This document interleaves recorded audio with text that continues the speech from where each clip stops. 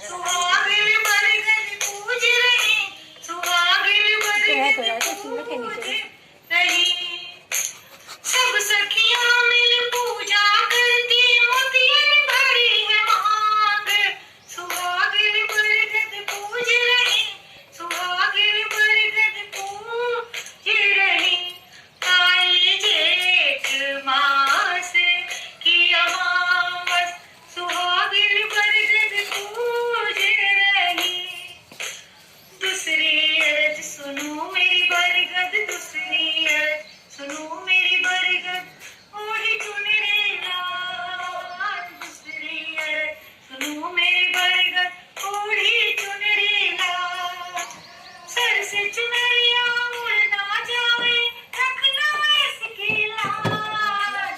Sir से चुनरिया उड़ ना जाए, रखना इसकी लाज।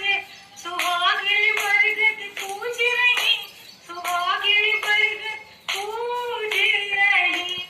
आई जेठ मास की अमावस, सुहागिन बरगद पूज रही।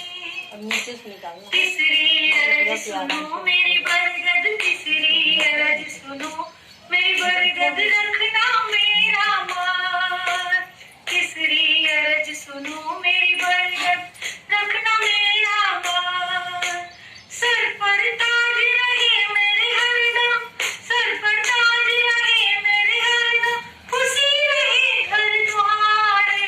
सुहागिन बरगद पूज रही। सर पर ताज रहे मेरे हरदम, खुशी रहे घर द्वारे। सुहागिन बरगद पूज रही, सुहागिन बरगद पूज रही। आई जेठ मास की अमावस, सुहागिन बरगद पूज रही।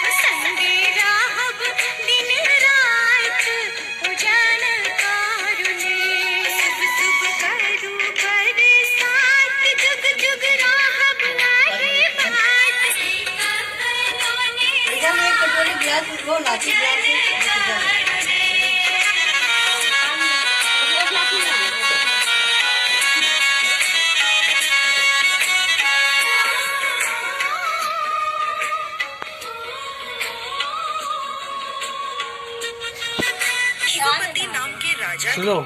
उनकी कोई संतान नहीं थी। राजा ने संतान प्राप्ति के लिए अनेकों यज्ञ किए, जिसके फलस्वरूप उन्हें एक तेजस्वी कन्या की प्राप्ति हुई। राजा ने कन्या का नाम सावित्री रखा। समय बीतता गया और सावित्री विवाह योग्य हो गई। एक दिन राजा ने सावित्री से कहा, सावित्री, अब तुम विवाह योग्य हो गई हो, इसलिए स्वयं अपने लिए योग्य वर की खोज करो। पिता की बात मानकर सावित्री मंत्रियों के साथ यात्रा पर निकल गई। अनेक ऋषियों के आश्रमों, तीर्थों और जंगलों में घूमने के बाद वह राजमहल लौट आई। संयोगवश उस समय उसके पिता के साथ देवर्षि नारद भी बैठे हुए थे। सावित्री ने उन्हें प्रणाम किया। राजा अश्वपति ने सावित्री से उसकी यात्रा का समाचार पूछा।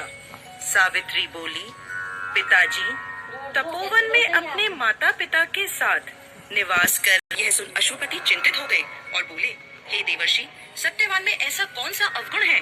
इस पर नारद जी ने कहा, राजन, सत्यवान के पिता शत्रुओं के द्वारा राज्य से वंचित कर दिए गए हैं।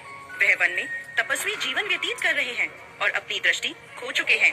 राजन, सबसे बड़ी कमी यह है कि सत्यवान अल्पायु है। 12 वर्ष की आयु में से अब उसके पास केवल 1 वर्ष की आयु शेष रह गई है। नारद जी की बात सुनकर अश्वपति ने सावित्री को समझाया कि वह किसी दूसरे उत्तम गुणों वाले पुरुष को अपने पति के रूप में चुन ले। सावित्री बोली, पिताजी, नारी अपने जीवन में केवल एक ही पति का वरण करती है। अब चाहे जो भी हो, मैं किसी दूसरे को अपने पति के रूप में स्वीकार नहीं कर सकती। पुत्री की हट के आगे पिता विवश हो गए और सावित्री का सत्यवान के साथ पूरे विधि विधान से विवाह करा दिया गया। विवाह के पश्चात सावित्री अपने पति और सास ससुर के साथ वन में रहने लगी। पति और सास ससुर की सेवा अब उसका धर्म बन गया था। जैसे जैसे समय बीतता जा रहा था, सावित्री के मन का भय बढ़ता जा रहा था। पेड़ से लकड़ी काटना शुरू करा। उसके सर में असहनीय पीड़ा होने लगी और वह पेड़ से उतर गया। सावित्री समझ गई कि उसके पति का अंत समय निकट है, अतः उसने अपने पति का सर अपनी गोद में रख लिया।